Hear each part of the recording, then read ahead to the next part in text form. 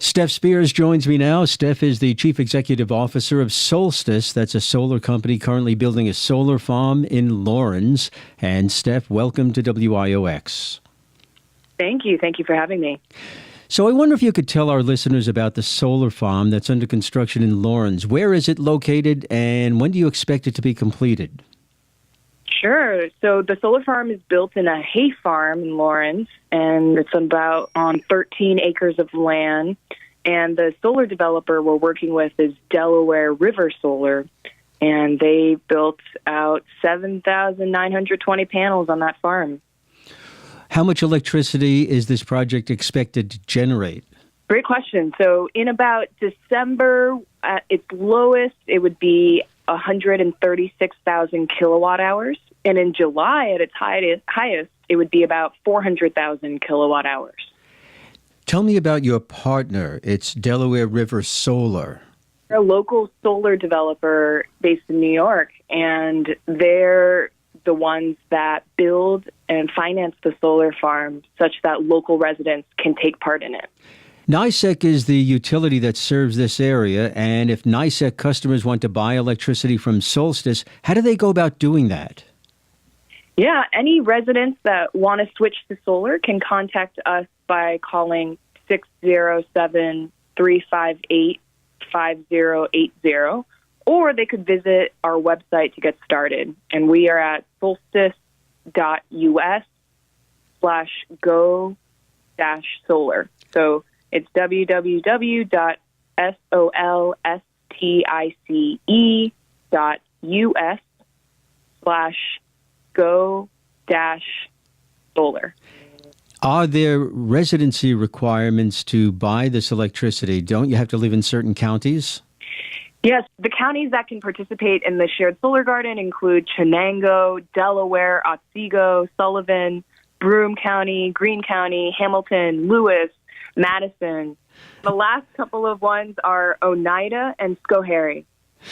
Tell our listeners about Solstice. So a few years ago, we started Solstice because we looked around and realized that the number of people in America that were benefiting from solar were such a small number.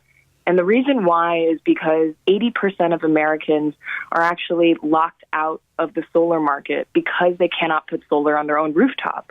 Maybe it's because they're a renter or a condo owner, or there's a tree covering their roof, or the roof faces the wrong way, or it's made out of the wrong materials. But that means that we're all locked out of solar savings because 80% of us can't put solar on our own home. So the good news is there's a solution out there, and it's called community solar. And community solar means you don't have to worry about installing any solar on your rooftop. You can buy a portion of a neighborhood shared solar farm and switch to solar that way.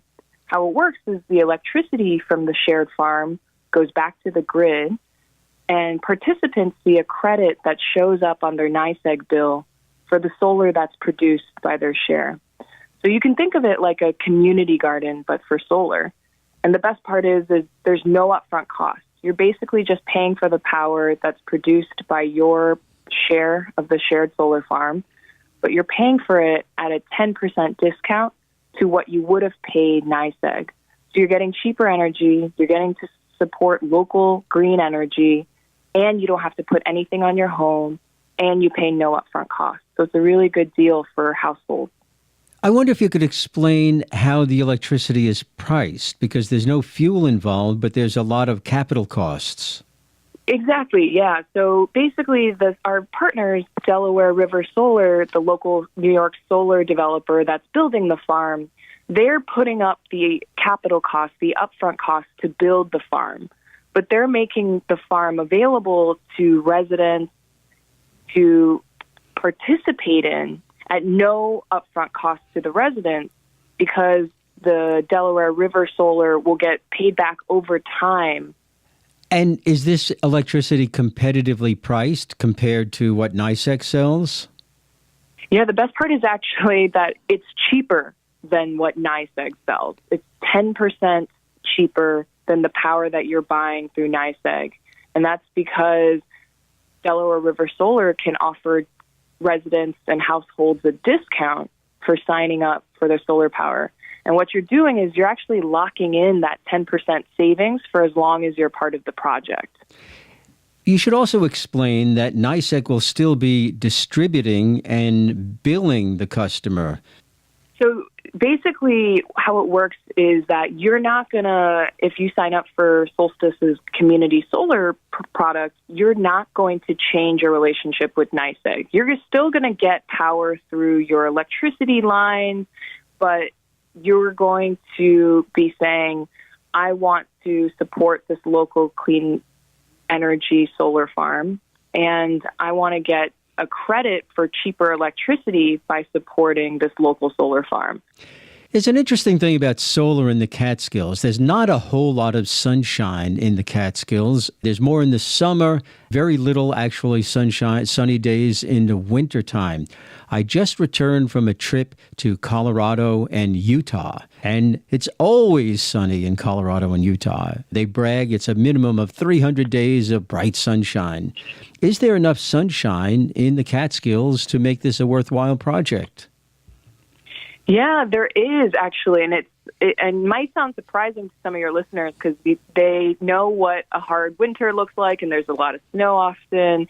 But it helps to know that one of the biggest solar countries in the world is actually Germany, and Germany's pretty cloudy a lot of the year. But what people don't realize is just because it's cloudy or just because it's winter doesn't mean that you can't get enough sunlight to power your home. You can, which is why we've seen solar increase so much in New York where we're operating. You made a nice pitch as to why people should switch. But in the past, I've spoken to NYSEG officials on this very program and was told that the electricity that they provide comes from a mix of sources, and that includes hydro, nuclear, natural gas, some renewables, and some other fuels. So if one is concerned about the environment, is there really a compelling reason to switch? That's a great question, Don. Yes, there is. So at a fundamental level, this community solar product that Solstice is offering is going to save listeners 10% off their electricity bills every single year.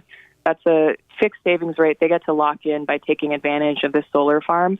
So it's money back in households' pockets that they can spend on other things they need to spend money on because, you know, a lot of us do live so close to our budget. And so there's the economic benefit. There's also the environmental benefit. By participating in this local solar garden, you are allowing for this solar farm to be built. In other words, this solar farm, the shared solar garden, cannot get its financing to be built until customers sign up to participate in it. That's just how solar financing works. So by participating in the solar garden, you are allowing for more solar to be built in the world and getting us off fossil fuels as our main source of power. Utilities do get a mix of their power from renewables, but they also get the majority of it from natural gas and oil and other kinds of fossil fuels. And the only way that we're going to save the planet is to transition to renewable sources rather than sources of power that extract from our environment. Just to be fair to NYSEG, they get a lot of hydro because there are two large hydro projects in New York State and a number of smaller ones. Does Solstice... Yeah, that's right. That's true. But there's definitely... we can always improve in trying to get more renewable sources in our electricity mix, and community solar is a way for people to do that while also saving money. Does Solstice have other projects in the region up and running?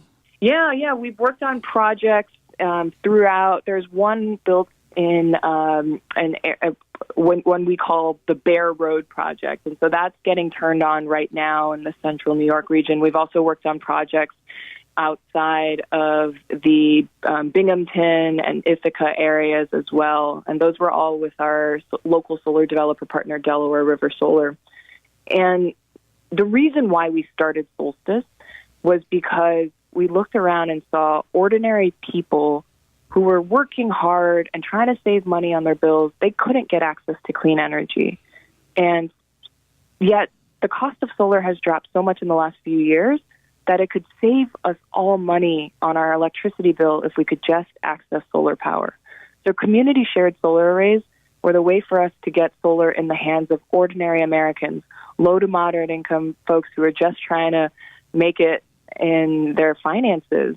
And this is the most accessible, affordable type of solar out there.